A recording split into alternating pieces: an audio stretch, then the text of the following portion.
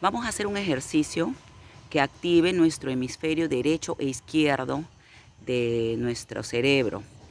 Y según dicen que es muy bueno también para prevenir el Alzheimer. Y esto vamos a trabajar con la lengua. ¿Okay? Entonces vamos a sacar la lengua y vamos a mover de un lado para otro y metemos la lengua nuevamente. Ok, vamos a empezar.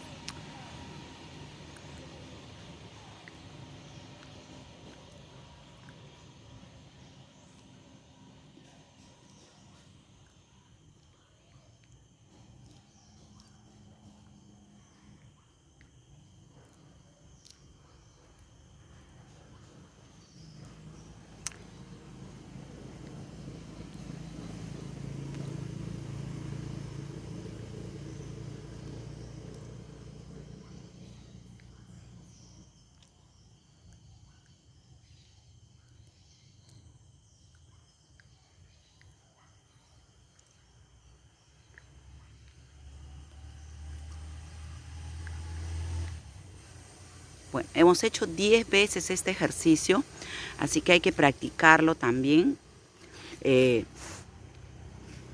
todos los días si es posible o 3 veces por semana.